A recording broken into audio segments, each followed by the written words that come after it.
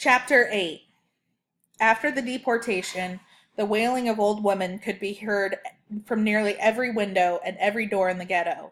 7,000 husbands and fathers, wives and mothers, brothers and sisters and children had been taken to their deaths, or so we heard from survivors.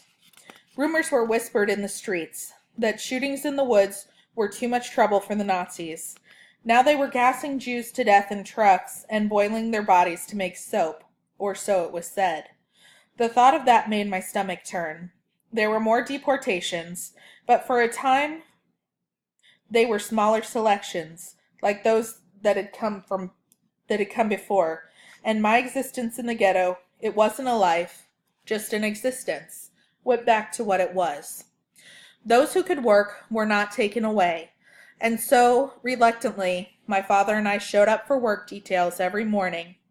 I was assigned to a tailor shop, and the work was manageable, but it seemed as if my formal life, school, friends, time to play and read, belonged to another world entirely. One afternoon after work, I made a fateful decision.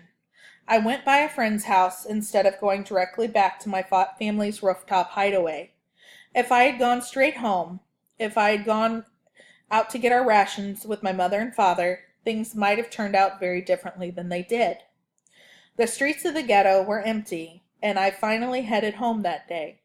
The emptiness could only mean one thing: another deportation. When the Nazis came looking for Jews to deport, all the people who lived on the streets found places to hide. They had to, or they'd be taken. Men and women with homes to go to put their heads down and hurried there by whatever alleys and side streets they could.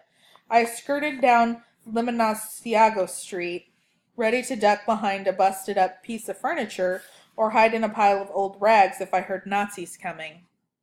I was almost home when I heard the bark of German officers around the corner and the shuffling of shoes on pavement. I scanned the area for any place I could hide, but there wasn't one. I squeezed myself into a corner on the other side of a short set of stairs to an apartment building and tried to disappear into the shadows. The Nazi officers marched by in the street in front of me. All they had to do was turn their heads to see me, but they kept their eyes forward, followed by a ragtag group of Jews who were being deported. I watched them go by, a few hundred or so, their heads bent low, and every one of them as silent as the grave. Wait, there in the middle of the crowd, I froze. Was that my mother and father? I stood on my toes, trying to see in a mass of people, but the angle had changed. I was standing in plain sight now, my head and shoulders well over the top of the short flight of stairs, but I didn't care. Were my parents in the deportation? Maybe I'd just seen a couple who resembled them. I wanted to scream. I almost ran to the column of the marching Jews to call my parents' names, to find out if that was really them. But the sight of the German SS officers bringing up the rear stopped me. If my parents weren't being marched right now, I'd be caught and never see them again. But if it was them... As soon as the prisoners and their guards were passed, I dashed out from behind the stairs and ran all the way home. I burst through the door to our apartment building and raced up the stairs and pounded on the big metal door to our rooftop hideaway. The bars were still over the door, which was good news. That meant someone was still up there. I prayed it was my mother and called through the door to her as I pounded away. Behind the door I heard steel bars being lifted and I stopped knocking, my heart racing. The door opened and my cousin Sala stood behind it, tears running down her face. "No," I said. "No." My knees went weak. I closed my eyes against the truth that was coming. "Yannick," Sala said. Thank God you're all right." "Where are they?" I demanded, even though I already knew. "Sala, where are my parents?"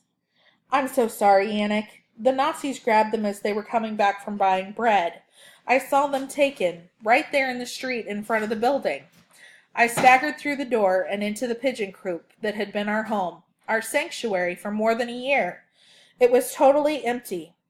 I fell to my knees and sobbed. Sala put her hand on my shoulder. I could barely feel it. Mama, Papa, they were all gone. My family was gone.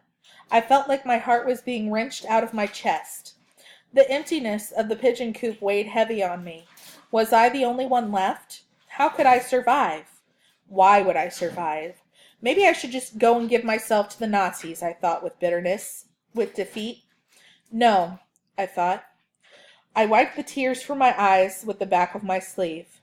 My parents would not want that for me. In the place of pain, I felt the stirring of determination. I would not give up. I would not turn myself in. No matter what the Nazis did to me, no matter what they took from me, I would survive. I was 13 years old, and my parents were gone. I was alone in the world. I was all alone in the world, but I would survive on my own.